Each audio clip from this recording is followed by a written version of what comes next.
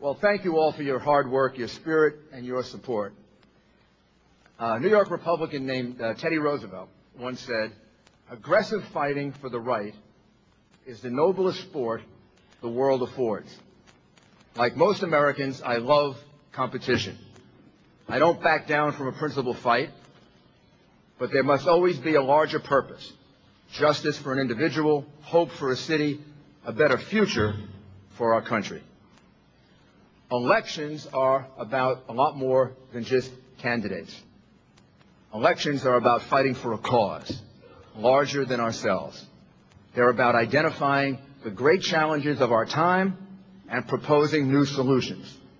Most of all, they're about handing our nation to the next generation better than it was handed to us. This is our opportunity, and this is our obligation as American citizens.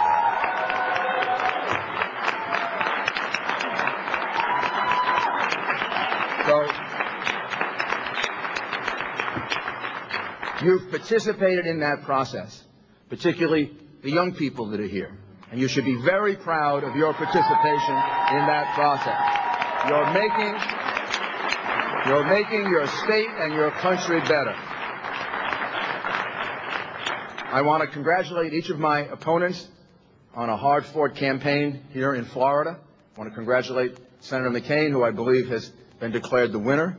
I spoke to Mitt Romney and told him my regard for him as well. These are honorable people. They're accomplished public servants, and they're good men. And we should, as well as Mike Huckabee. So let's applaud them all. They're our opponents. And Ron Paul,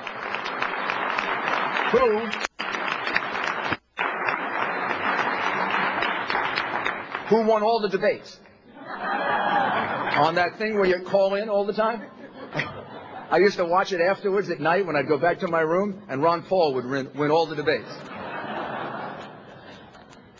But they are truly all honorable people, honorable men who are fighting for what they believe in. They have different strengths. They have different things to contribute, like I do. And I believe that our party will be stronger as a result of the competition that we're going through. But win or lose, our work is not done. Because leaders dream of a better future, and then they help to bring it into reality.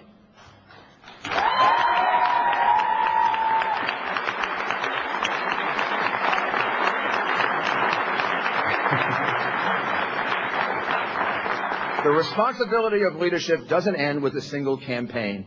If you believe in a cause, it goes on, and you continue to fight for it, and we will.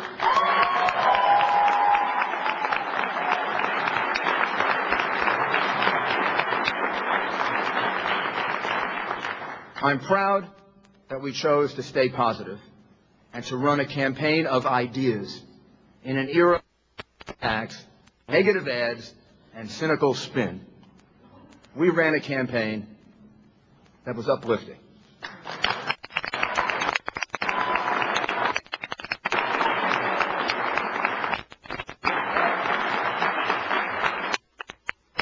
You don't always win, but you can always win. That's what the Americans deserve. Return to honesty. I believe that the ideas of our campaign, the 12 commitments that we made to the American people, Wayne, in New Hampshire, first, clearly challenges. First, America needs to stay on offense to win the terrorist war on us. It's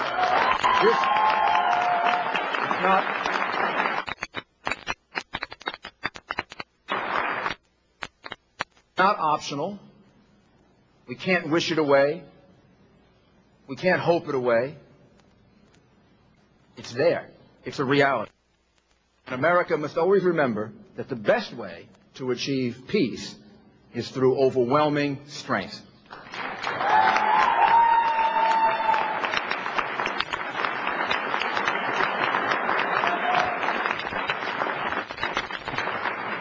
America also needs to stay on offense to achieve economic security. We need to embrace the global economy, not shrink away from its challenges, but turn them to our advantage.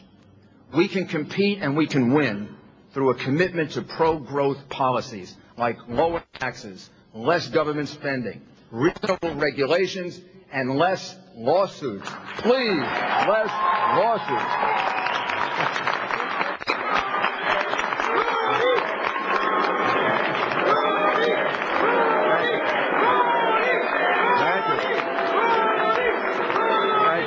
Thank you.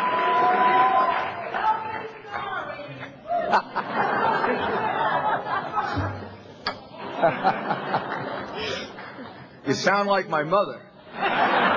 If she were here. If we unleash the genius of America's free market economy, if we encourage the entrepreneurial spirit, if we can create not just a growth economy, but a growth society. I said it many times during the campaign. America has to be a country in which young people can look up to the sky and they can say, the sky is the limit. There is no end to what we can accomplish.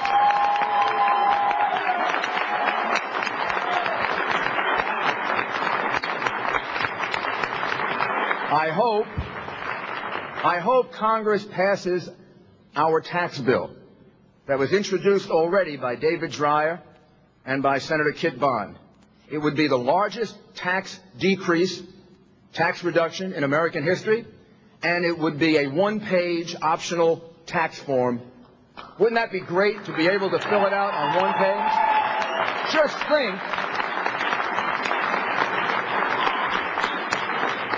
think of how that would, about how that would stimulate our economy. We have got to strive for energy independence. We have to strive for health care through private options. You know the 12 commitments. I think they outline the challenges for America for the next 4, 8, and 10 years. And I'm very proud that we conducted our campaign around them and around ideas, and ideas that will enliven America and that will make America stronger.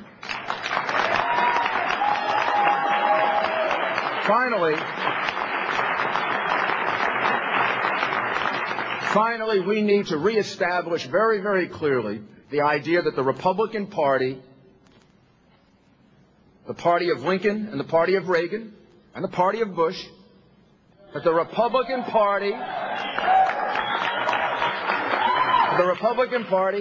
is a party that is and has been from the beginning, when we do it right, when we are on our game, when we're making our contribution, when we're being our contributor to America, we are the party of freedom. We are the party of the people.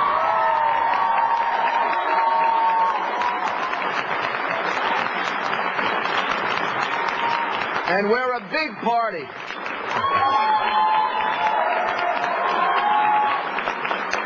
We're a big party. And we're getting bigger. I'm even in this party. This is a big party. We understand that America is not great because of our centralized government. America is great because of self-government. It's great because of you, the people. And we believe government works best when it empowers people to take responsibility for their own lives. These are great ideas.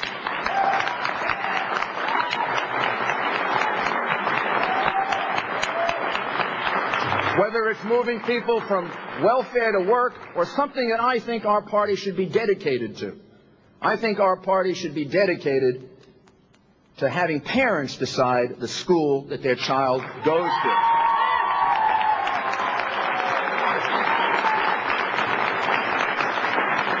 You want to reach out for votes in urban America? You want to reach out for votes across all kinds of lines, of different kinds, ethnic, racial, religious?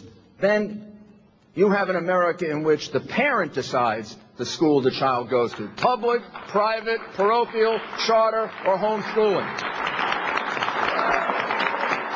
These ideas unite not just Republicans, they unite the vast majority of Americans. And they're the key to building a stronger and broader party. We must be a 50-state Republican Party. We must compete in all 50 states. We have to compete for urban, suburban, and rural votes, conservatives and moderates, men and women, all races, ethnic groups, and religions. We have answers to help each of them because our answers are not based on class distinctions or religious distinctions or ethnic or racial or religious distinctions. Our answers are to Americans, and they work for all Americans. And we have to reach out to all Americans. That's the way to break through the red state, blue state divide and win the White House and the Congress.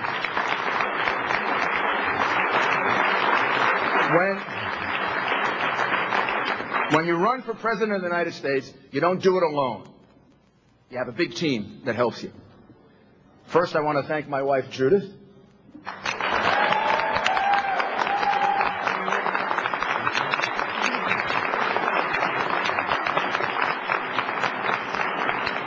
For being a loving, patient, and supportive partner. I want to thank Whitney for her loving support. I want to thank my campaign chairman, Pat Oxford, who has been remarkable.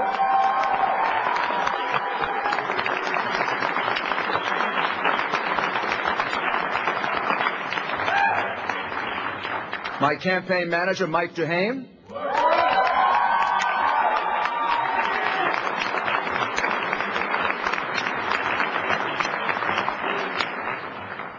My senior campaign advisor, Tony Carbonetti.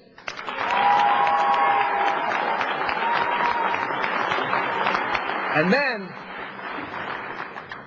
my remarkable Florida team, the very best Florida team anybody could have, headed by Attorney General Bill McCollum.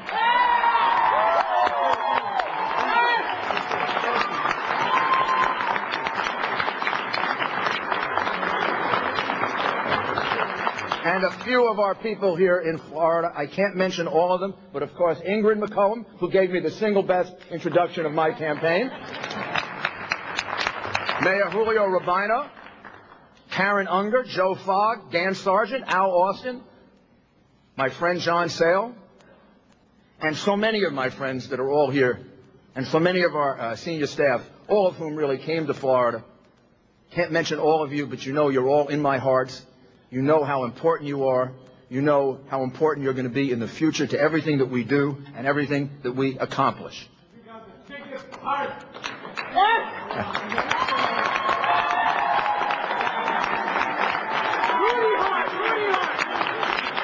Of course, I'm grateful to all of my campaign staff. I'm grateful to my entire campaign staff, the volunteers who unselfishly answered every request, every call, left no stone unturned in their unwavering support for me. To each and every one of you, thank you.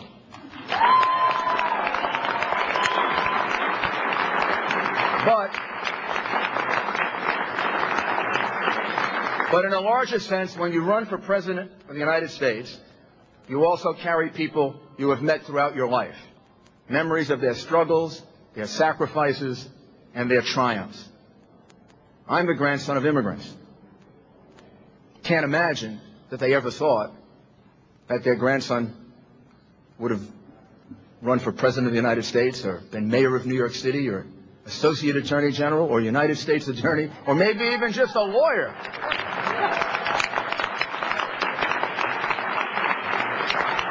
They taught me to appreciate the opportunity to achieve the American dream. I spent much of my life working in law enforcement alongside brave police officers, FBI agents, federal agents, firefighters, dedicated U.S. attorneys, U.S. marshals, DEA agents. I've had the honor of leading America's largest city through some difficult crises, helping to take our streets back from criminals, turning around an economy that was hemorrhaging jobs, and helping to heal the wounds left by the deadliest terrorist attack in American history. This campaign has been dedicated to their memories and driven by the strength of their example. The future of our nation is in good hands because it's in your hands. It's in the hands of the people.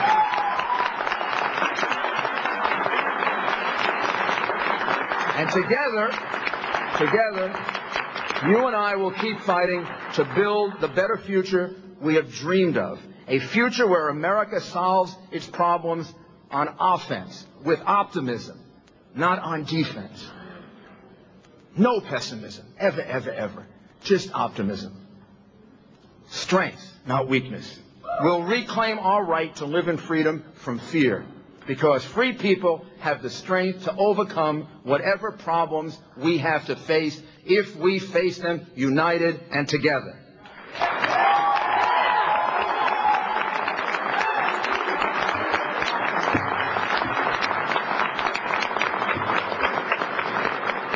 We'll stay involved. We'll stay involved. And together, we'll make sure that we do everything we can to hand our nation off to the next generation better than it was handed to us, confident that America will always be the land of the free because we are the home of the brave. God bless you, and God bless the United States of America. Thank you.